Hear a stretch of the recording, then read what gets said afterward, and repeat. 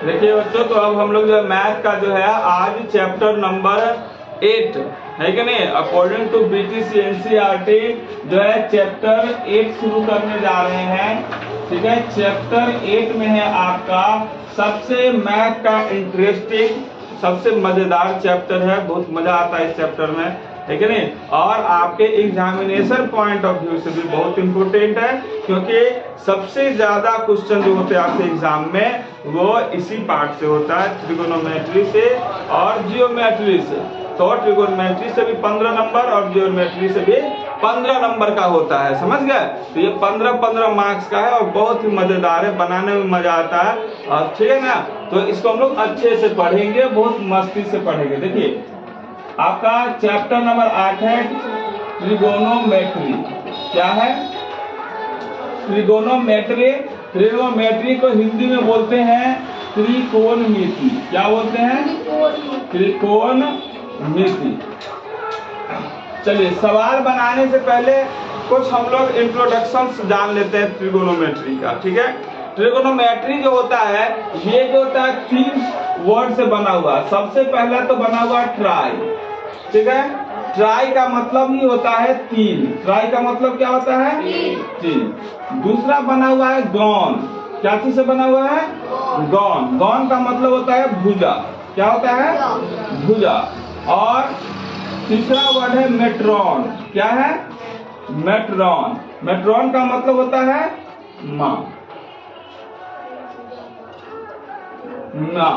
मेट्रॉन का मतलब क्या हो गया? माँ। यानी कि अब ये 3 वर्ड, ट्रिगोनोमेट्री जो है 3 वर्ड से बना हुआ है, ट्राई, गॉन और मेट्रॉन। तो ये गॉन मेट्रॉन का मतलब यह 3 भुजाओं की माप। यानी कि अगर हम बात करें ट्रिगोनोमेट्री के डिफिनीशन की, ठीक है ना, त्रिकोणमिति का अगर हम परिभाषा दे अपने शब्दों में त्रिकोणमिति, तो त्रिकोणमिति क्या हो जाएगा कि गणित की वह शाखा, ठीक है ना, गणित की वह शाखा जिसमें त्रिभुज के, किसके? त्रिभुज के कोण एवं भुजाओं में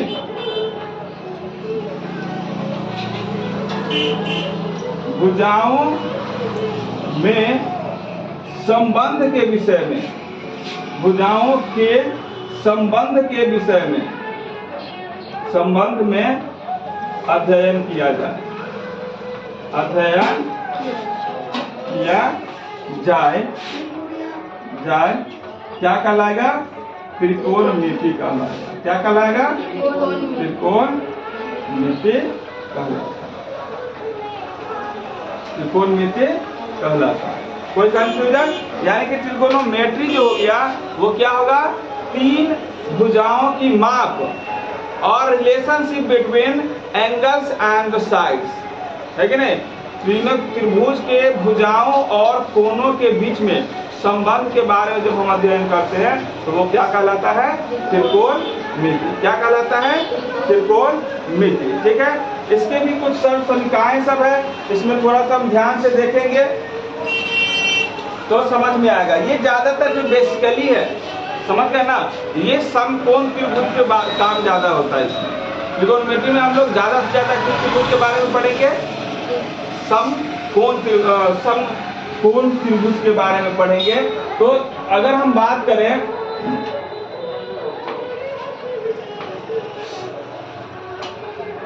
समकोण त्रिभुज कुछ इस प्रकार से ले, ठीक है, जिसका नाम अगर हम नामकरण कर देते हैं कि ये A है, ये B है और ये C है, ठीक है ना, ये आपका क्या हो गया?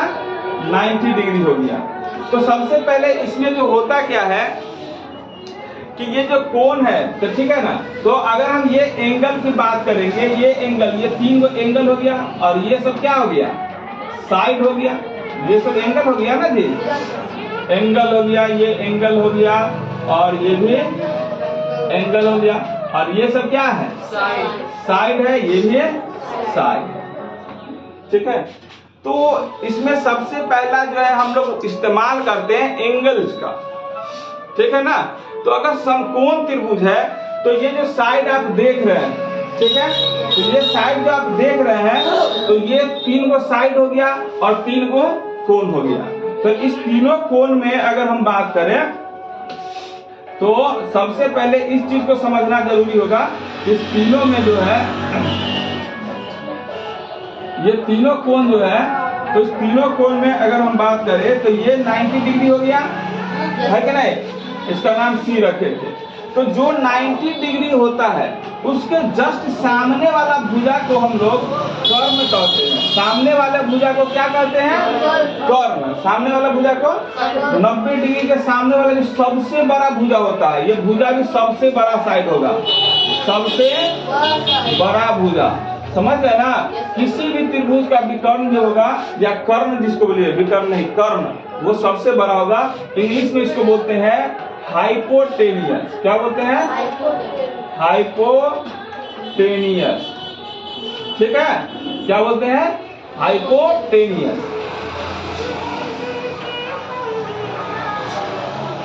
अब देखिए, अब जो डिसाइडर होगा तो ये जो कर्ण होगा वो कभी चेंज नहीं करेगा। लेकिन अगर हम मेजरमेंट की बात करेंगे तो किस एंगल से लेंगे? अगर हमने यहाँ बात किया कि हमने थीटा को यहाँ रख दिया, थीटा एक क्या है? मैथमेटिकल सिंबल है, यूनानी शब्द है। कहाँ क्या है? ग्रीक लेटर बोल सकते हैं इसको, ग्रीक लेटर है, ग्रीक शब्द है, समझ गए ना। ये थीटा पढ़ते हैं, इसको क्या पढ़ते हैं? थीटा, ठीक है ना। हिंदी में पढ़ेंगे थीटा, क्या पढ़ेंगे? थीटा, समझ गए। तो ये थीटा है जो एंगल को दिखाता है। किसको दिखाता है? सिंबल ऑफ एंगल, किसी भी एंगल को रिप्रेजेंट करता है। किसको दिखाता है? ये एंगल को, किसी भी कोण को दिखाता है, ठीक है ना। तो अगर थीटा यहाँ पे बढ़ गया तो थीटा जिस एंगल पे लग के बैठता है तो एक तरफ तो कर्ण इसका सटा रहेगा और दूसरा साइड जिस पर ये टिका होता है वो उसका बेस बन जाता है। क्या बन जाता है? बेस, यानी कि वो बन जाता है आधार। इंग्लिश में इसी को बोलते हैं बेस। अगर हम शॉर्टकट में बात करेंगे तो इसको H से रिप्रेजेंट करते हैं और बेस को हम लोग B से रिप्रेजेंट करते हैं, ठीक है। और सीधा जब एक कर्ण समझ में आ गया, दूसरा आधार, आधार कौन बनेगा? जहां पे थीटा बैठा होगा तो एगो देखिए इसका कोना जो होगा ना, एगो कर्ण से सटा रहेगा, एगो जिससे ही सटा रहेगा वही को आधार बना लेता है। क्या बना लेता है? आधार। और जो बच जाता है तो वो हो जाता है लंब। क्या हो जाता है? लंब। इसको हम लोग बोलते हैं परपेंडिकुलर। क्या बोलते हैं? परपेंडिकुलर, ठीक है ना। इसको शॉर्टकट में हम लोग P के द्वारा सूचित करते हैं। किसके द्वारा सूचित करते हैं? P के द्वारा सूचित करते हैं। तो अब ये क्या हो गया? आप समकोण त्रिभुज में समझ गए कि कर्ण कौन होगा, आधार कौन होगा और लंब कौन होगा। अगर हम एक बार और बात कर ले, थोड़ा सा ध्यान से देखें, थोड़ा सा ध्यान से देखें, यहीं पे अगर हम इसको थोड़ा सा छोटा करके साइड करते हैं, यहाँ पे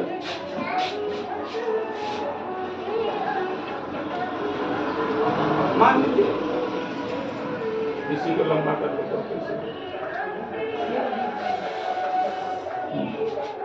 ये हो गया आपका ट्रायंगल, समकोण त्रिभुज है। इसमें भी अगर हम इसका नाम A रख दिए, ये B हो गया और ये C हो गया। अब क्या किया? थीटा जो है, अगर मान लीजिए थीटा यहाँ पे रिप्रेजेंट करता है, थीटा वहाँ, तो सबसे पहले तो हम लोग जानते हैं कि 90 डिग्री के सामने वाला जो भुजा होता है वही क्या होता है? कर्ण होता है। वही क्या होता है? कर्ण होता है। और कर्ण के सटे थीटा से हम लोग डिसाइड करते हैं कि बेस कौन बनता है, आधार कौन बनता है, वो हम लोग किससे निर्धारित करते हैं? थीटा से।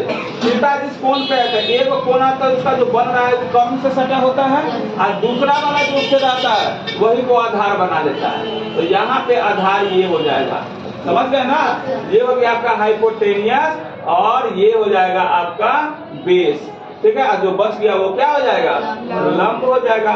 तो लंब और समझ में आ गया, आधार समझ में आ गया, कर्ण समझ में आ गया। कर्ण लंब आधार कभी भी पहचान लीजिएगा, वो किस पे निर्भर करता है? थीटा पे। किस पे निर्भर करता है? थीटा पे। थीटा जहाँ पे बैठता है, जिस कोना में बैठता है, तो एक कोना जो होता है उसका कर्म से सटा रहता है, और दूसरा जो सटा होगा वो आधार हो जाएगा। दूसरा जब भी सटा होगा वो आधार हो जाएगा। तो आधार लंब कर्ण कंफ्यूजन होइएगा कभी भी, कौन लंब है, कौन कर्ण है, कौन आधार है, कोई कंफ्यूजन नहीं होगा। तो ये जो ट्रिगोनोमेट्रिक है, ये बेसिकली इसी हाइट और डिस्टेंस के बारे में ज्यादा से ज्यादा मेजरमेंट करता है, साथ ही साथ इसके एंगल को भी मेजर करता है, समझ गए ना। तो एंगल कितना डिग्री, अगर आपको एंगल भी पता है तो आप हाइट वाइट निकाल सकते हैं। हाइट वाइट भी पता है तो कितना डिग्री पे झुका हुआ है वो भी हम लोग निकाल सकते हैं। आपको बता दें कि दुनिया में सबसे पहला जो सबसे अभी आपको पता है कि दुनिया का सबसे ऊंचा चोटी जो पर्वत का है वो एवरेस्ट माउंटेन है कि नहीं? एवरेस्ट है ना जी। तो एवरेस्ट माउंटेन का भी पता जो है वो ट्रिगोनोमेट्रिक फंक्शन के द्वारा ही पता चला था। और ट्रिगोनोमेट्रिक फंक्शन ने ही थियोडोलाइट, किसके माध्यम से? थियोडोलाइट बनाया। थियोडोलाइट एक यंत्र का नाम है जिसके माध्यम से एवरेस्ट माउंटेन, एवरेस्ट जो है कि नहीं, एवरेस्ट की चोटी का पता लगाया। जितना भी ऊंचा है सबसे ज्यादा वो उससे माउंट एवरेस्ट की चोटी का पता किसने लगाया? किसके माध्यम से? त्रिकोणमिति के माध्यम से उसका पता लगाया। इसमें कोई कंफ्यूजन है? लंब आधार कर्ण में कोई कंफ्यूजन नहीं है। अब हम लोग समझते हैं ट्रिगोनोमेट्रिक फंक्शन के बारे में, ठीक है ना।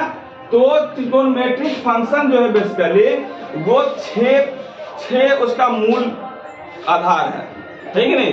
6 चीजें हैं जो पूरा ट्रिगोनोमेट्रिक फंक्शन को चलाता है। 6 चीज, जिसका नाम है साइन। क्या है? देखिए ये है साइन, ये पूरा नाम है, समझ गए ना।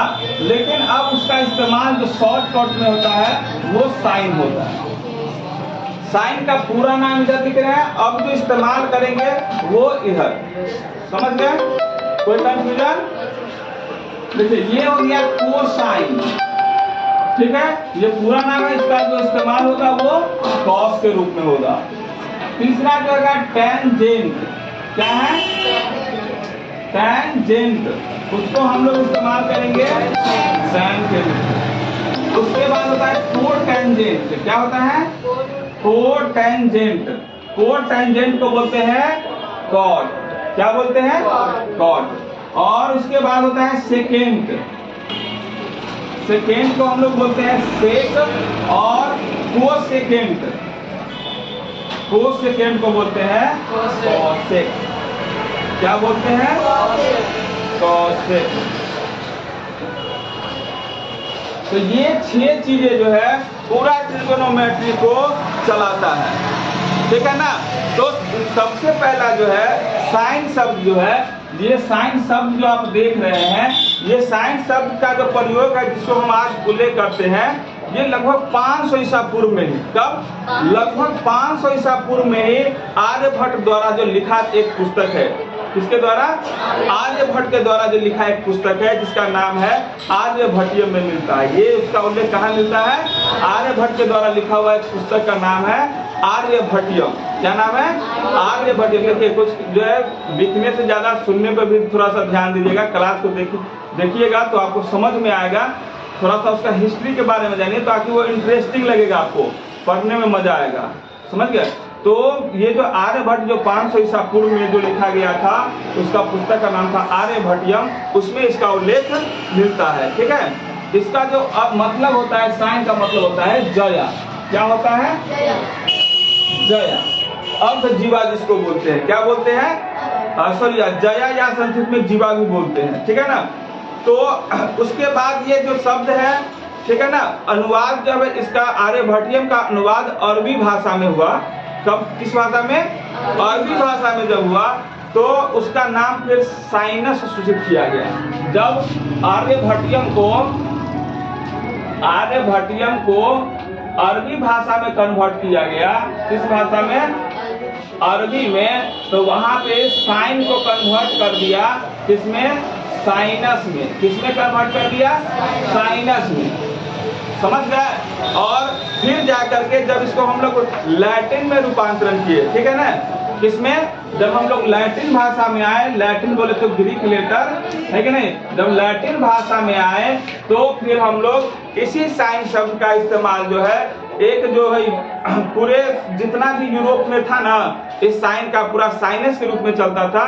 तो एक यूरोप में गणितज्ञ पाठक में क्या हुआ, उसके बाद जब एक वैज्ञानिक आया जिस मैथमेटिशियन था, जिसका नाम था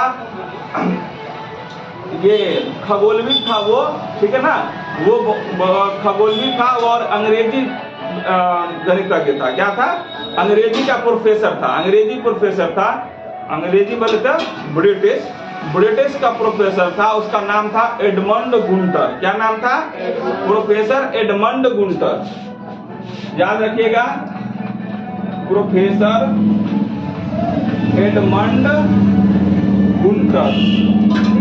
क्या नाम था, प्रोफेसर एडमंड गुंटर ने 1581 से 1626, इनका जन्म जो हुआ 1581 से 1626, है नहीं। प्रोफेसर एडमंड गुंटर कहाँ के थे, ब्रिटिश थे, है कि नहीं, अंग्रेजी प्रोफेसर थे वो। अंग्रेजी प्रोफेसर एडमंड गुंटर ने सबसे पहले संक्षिप्त में इस साइन का प्रयोग जो है साइन कर लिया। ये साइन को जो कन्वर्ट किसमें यूज किया, साइन में, उनका नाम क्या है, प्रोफेसर एडमंड गुंटर। अभी जो हम लोग साइन यूज करते हैं, साइन वर्ड का, वो सबसे पहला वर्ड का यूज किसने किया था, अंग्रेजी प्रोफेसर एडमंड गुंटर ने, ठीक है ना, कोई कंफ्यूजन है। और उसके बाद जो है सबसे पहले, और जो कॉस हम लोग, जो कोटेंजेंट है, कोसाइन है, कोसाइन जो है, कोसाइन जिसको हम लोग कॉस अभी बोलते हैं, तो कॉस